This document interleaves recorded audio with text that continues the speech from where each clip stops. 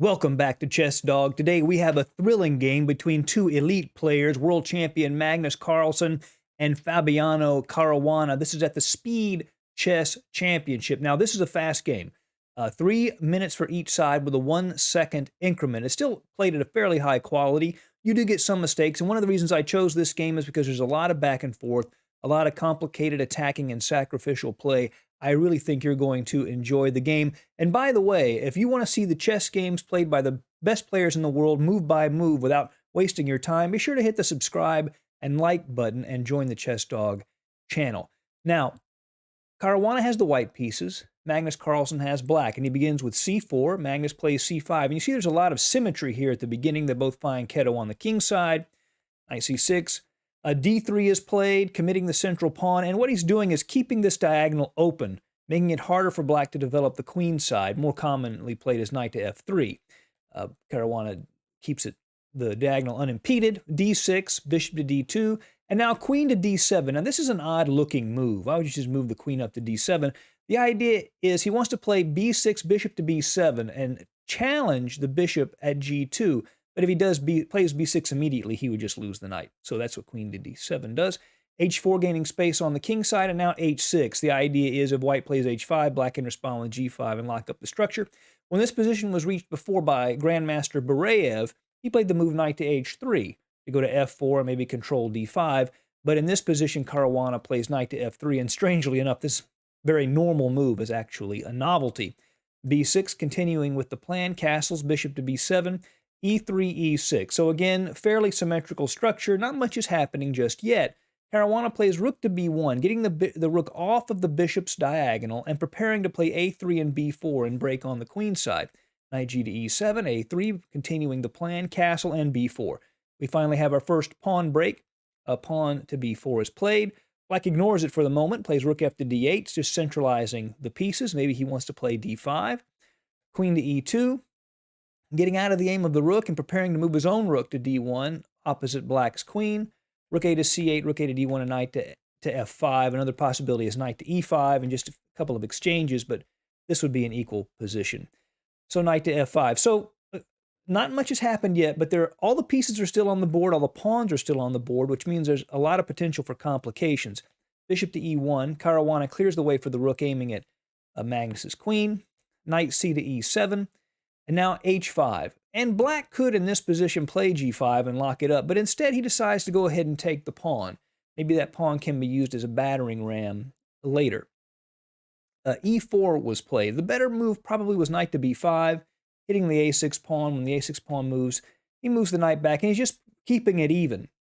But e4 is quite a commitment, and it does create a weakness on the d4 square. It also blocks his own bishop. It blocks black's bishop too, but makes his bishop quite a bit worse. Magnus immediately jumps into the d4 square. The knights are exchanged, and he takes with the pawn.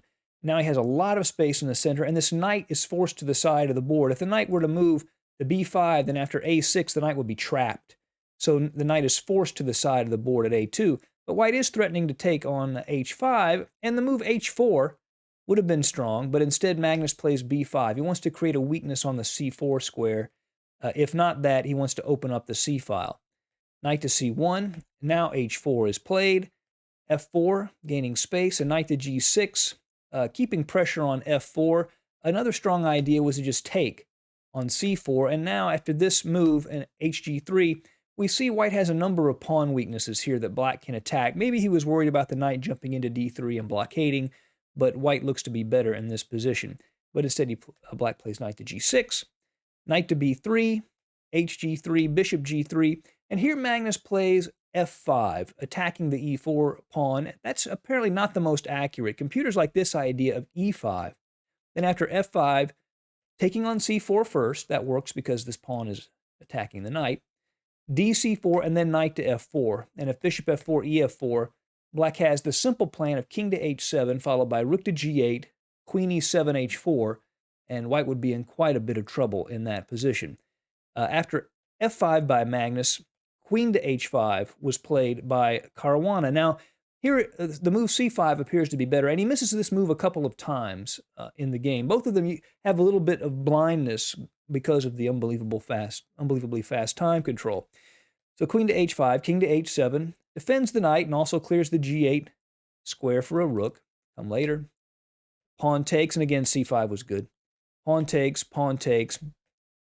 bishops come off the board, and I think this exchange favors white because now black's queen is aiming at b7 and controlling some of these key light squares around white's king. Now, knight to a5 was played, and this looks like it could be strong. The big problem for white, though, is that this knight is too far away from the king. Black is going to be able to generate activity attacking white's king, and the knight's not going to be close enough to defend. Perhaps a move like rook to b2, defending laterally, was a better choice. Knight a5, queen has to move. cb5, and in this position, rook to g8 was strong. Rook to c2, going to the 7th rank, was strong. But instead, rook to e8 is played by Magnus. He wants to come into the e3 square, but Caruana could have played knight to c4 here, blocking the c file and also controlling the e3 square. This would have been a good position for white, but instead he goes into c6. Now, it looks like it's more aggressively posted, but he has the same problem. The knight is just a little too far away from the king side, so Magnus jumps into e3, attacking the bishop on g3. Now, in this position, white could just move it, but then knight to f4 hits the queen, and then he could later come into h3 with check, and that would be a big mistake. So Caruana instead defends the bishop with his king, king to h2, and now queen to e6 with a very nasty threat. He's threatening to come into a2 with check, and that would just win the game on the spot. The king would either have to leave the bishop at g3 alone, or if he goes to h3, then knight takes f4 check would fork the king and the queen. So this is a very serious threat. Caruana defends that with rook to b2, controlling that square. But now, Carlsen plays rook takes g3. Now, this isn't the best move. The best move, according to the computers, is to just play rook to g8, build up slowly. But I'm glad he didn't do that because he played the more interesting move. Rook takes g3, sacrificing the exchange. After king g3, he has another sacrifice. Do you see it? Knight takes f4. That's exactly right, and that knight cannot be taken. If the king takes, then queen to e3 check, and after king takes pawn, which would be forced, rook to f8, king g4, and rook to f4 would be mate. So that knight on f4 cannot be touched. So Caruana retreats the queen to f3, now bishop to e5. And again, by the way, rook to g8 is still strong. Bishop to e5, threatening a discovered check against white's king. So to stop that, white plays knight takes bishop. Computers say king to f2 is better, but that's not what human beings do. You still have rook coming to g8, and it could come down here, so forget it. He goes ahead and takes the bishop. But now, Carlsen has a beautiful central pawn structure with pawns at d4, e5, and f5. Even though he's down in exchange, those are very formidable pawns, and the rook is still coming to g8. King to h2, queen to e7 with the threat of coming into h4. The king moves to h1, so now the rook at b2 can come and block any checks on h2. And here, again, rook to g8 looks to be the best. Carlsen plays rook to c3. Not only does that hit the a3 pawn, it also pins the pawn at d3 against the queen. a4, and now h5. Queen to c7 was also very strong, threatening rook to c2. h5, rook to h2, putting the rook opposite the king and putting pressure on the h5 pawn. King to h6 to defend that pawn. Now, a5, but a really strong move from Caruana would have been queen to a8, and Magnus would have had a really tough time dealing with that move because that puts the queen behind the king, and he gets in black's position, and it's really tough to deal with. But a5 was played. Queen takes b4, and now, again, queen to a8 would probably be crushing, and Caruana probably would have won this game. But instead, he plays rook to g1. That looks like a good move. But now, queen to b5, and it's not the grabbing of the pawn that's important for black. It's that he can now move his queen to c6 and have an exchange of queens. And this endgame is very strong for black. I mean, I know he's down in exchange, but the pawns are overwhelming. And white cannot allow the exchange of queens here. He plays rook to e1, but now queen takes d3 is played in the game, and Magnus is in total control.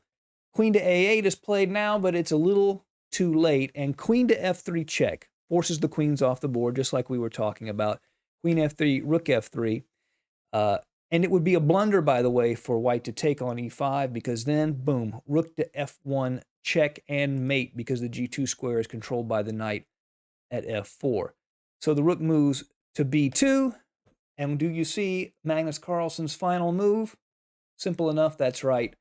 Knight to d3, forking the two rooks. He doesn't even have a check on b6. And in this game, in this position, Fabiano Caruana resigned. Carlsen really dominated this match with Caruana. He really is playing amazing chess right now. Now, even after going over this great game for Magnus Carlsen, there are still some great chess you're missing out on. To fix that problem, believe it or not, the game you're going to want to look at is this game right here from Magnus.